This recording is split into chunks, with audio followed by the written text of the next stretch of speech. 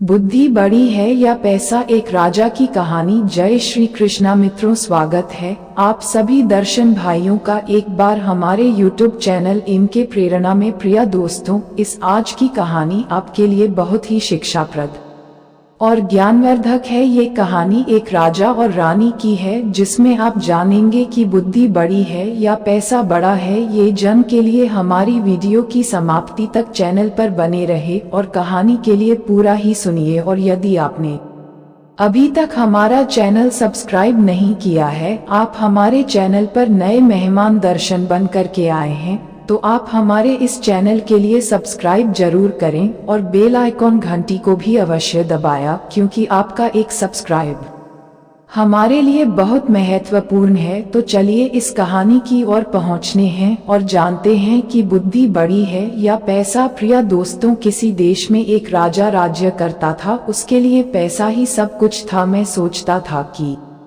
पैसे के बाल पर दुनिया के सब कम कर चलते हैं, पैसे के ही बाल पर ये दुनिया का सर कम काहे होता है। तांबे की मैं तमाशा देख, कहावत झूठ नहीं है। मेरे पास अतुल धन है, इसलिए मैं इतने बड़े देश पर राज करता था। लोग मेरे सामने हाथ जोड़े खड़े रहते हैं, चाहे तो अभी रुपयों की सड़क तैयार कर डन आसमान में सर उठा खड़े। इन पहाड़ों को खुदबा कर फैट पैसे के बूटे पर मेरे पास एक जबरदस्त फौजी है। उसके द्वारा किसी भी देश को क्षण भर में कुचल सकता। वह सबसे यही कहता था कि संसार में धर्म, कर्म, स्त्री, पुत्र, रानी की चतुराई के कारण रात का सब कामकाज ठीक रीति से चला था। उसका कहना था कि दुनिया पैसे के बूटे उतनी नहीं चलती थी जितनी बुद्धि के बूटे पर चलती है। लेकिन दोस्तों, राजा के सामने सब बात खाने में संकोच करती थी। दोस्तों, एक दिन की बात है। एक दिन राजा ने पूछा था, रानी सच बताओ कि दुनिया में बुद्धि बड़ी है या पैसा। तो मित्रों, रानी बड़ी असमंजस में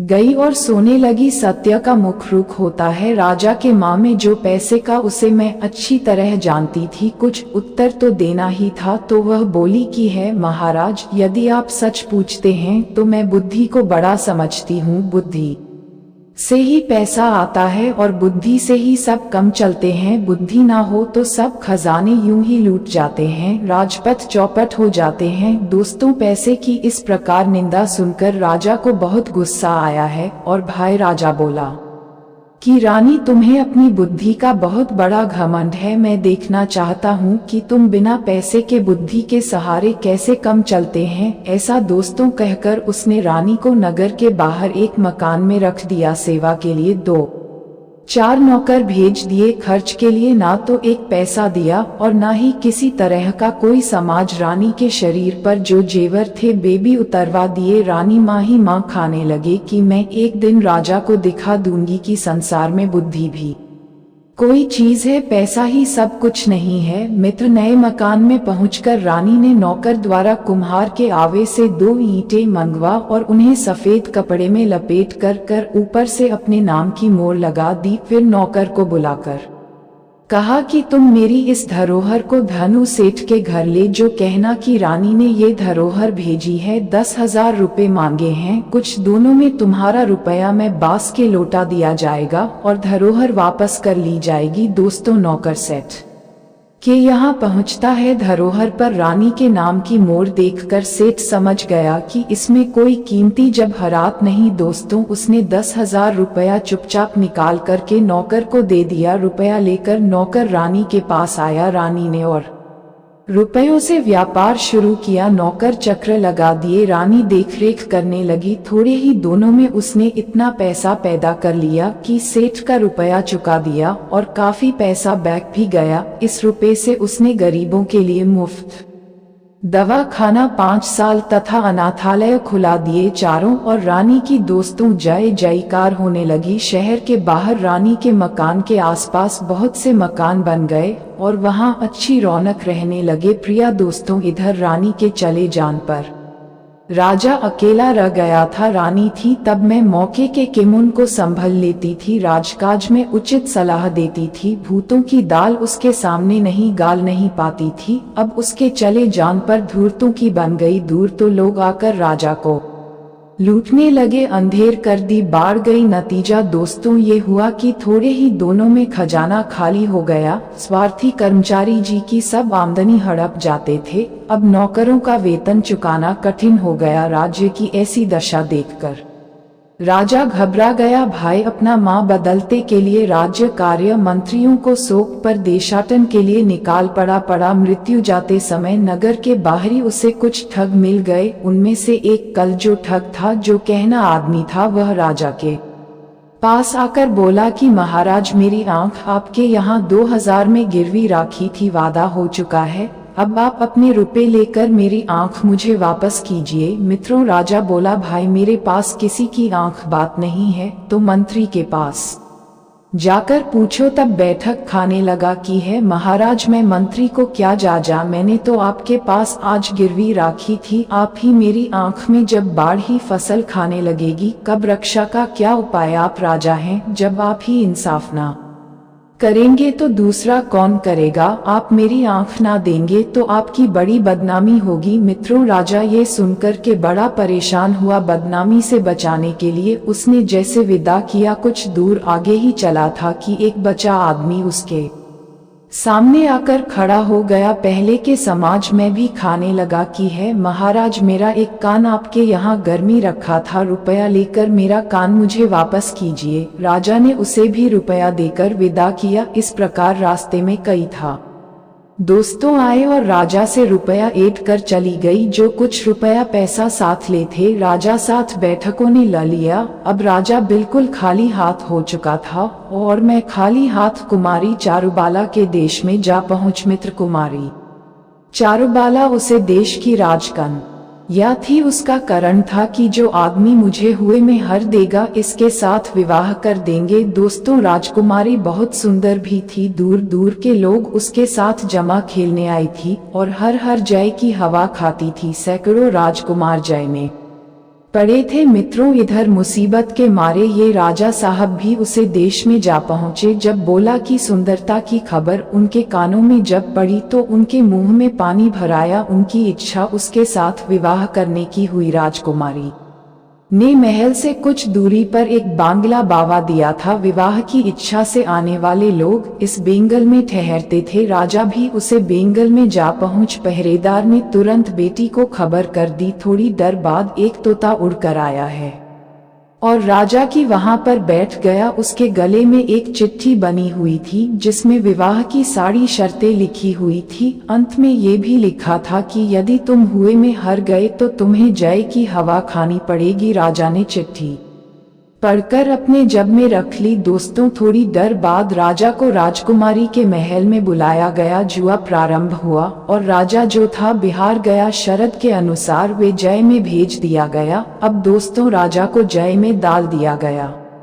इधर राजा की हालात बिगड़ना और नगर छोड़कर चले जान का समाचार जब रानी को मालूम हुआ तो उसे बहुत दुख हुआ। राजा का पता लगाने के लिए मैं भी प्रदेश को निकाल पड़े। दोस्तों, कुछ ही दूर में चल पी थी कि भाई पुराने तक उसके सामने फिर से ए गए। सबसे पहले वही गाना आया है और कान्हा था खाने लगा कि रानी साहिब, आपके पास मेरी आंख 2000 में गिरवी राखी थी, आप अपना रुपया लेकर मेरी आंख वापस दी थी। दोस्तों, उसे खाने की बात को सुनकर कि तब रानी बोली, बहुत थी, मेरे पास बहुत से लोगों की आंखें गिरवी राखी हुई हैं, उन्हें में तुम्हारी भी शायद होगी। एक कम करो, तुम अपनी दूसरी आंख निकाल कर मुझे दे दो, उसके टोल की जो आंख होगी भाई तुम्हें दे दी जाएगी। दोस्तों, रानी का जवाब सुनकर उसे थप की नानी माँ गई। मैं बहुत ही घबरा गया। रानी बोली, डर मत करिए, दूसरी आंख जल्दी निकालो, इसकी टोल की आंख आपको दे दी जाएगी। मित्र बैठक जो था हाथ पर जोड़कर रानी से माफी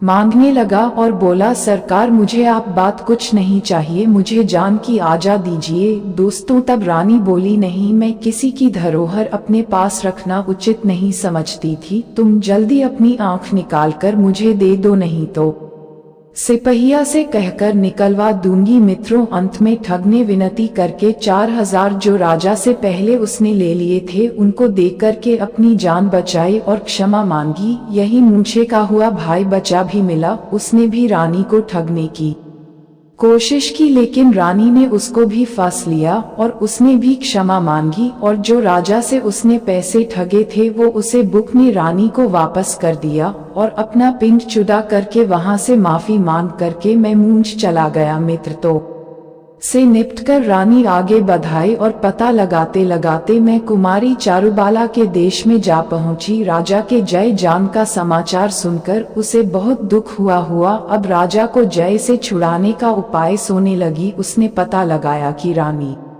चौबुला किस प्रकार युवा खेलती है। सरभेद समझकर उसने पुरस्कार भेज बनाया और बेंगल पर जा पहुंची थी। पहरेदार ने खबर दी, थोड़ी डर में तोता उड़कर आया। रानी ने उसके गले से चिट्ठी खोलकर पढ़ी। कुछ समय बाद बुलावा आया है। रानीपुर शब्द भेष में कुमारी चमोला के महल में पहुंच गई। इन्हें देखकर से बोला था, मां ना जान क्यों गिरने उसे ऐसा मालूम होने लगा कि मैं इस राजकुमार को जीत नहीं सकूंगी। खेलने के लिए 64 डाली गई। कुमारी चौसा खेलने समय बिल्ली के सर पर दीपक रती थी। बिल्ली को इस प्रकार सिखाया गया था कि कुमारी का दावा जब ठीक नहीं पड़ता था और उसे मालूम होता था कि मैं हार रही है, तब मैं बिल्ली के सर हिलाने से दीपक की ज्योति डगमगाने लगती थी। इसीलिए को बोला अपना पास बादल देती थी। दोस्तों, रानी यह बात पहले ही सुन चुकी थी। बिल्ली का ध्यान आकर्षित करने के लिए उसने एक चूहा का लिया था और उसे अपने कुर्ते की बहाने छिपा रखा था। चौसका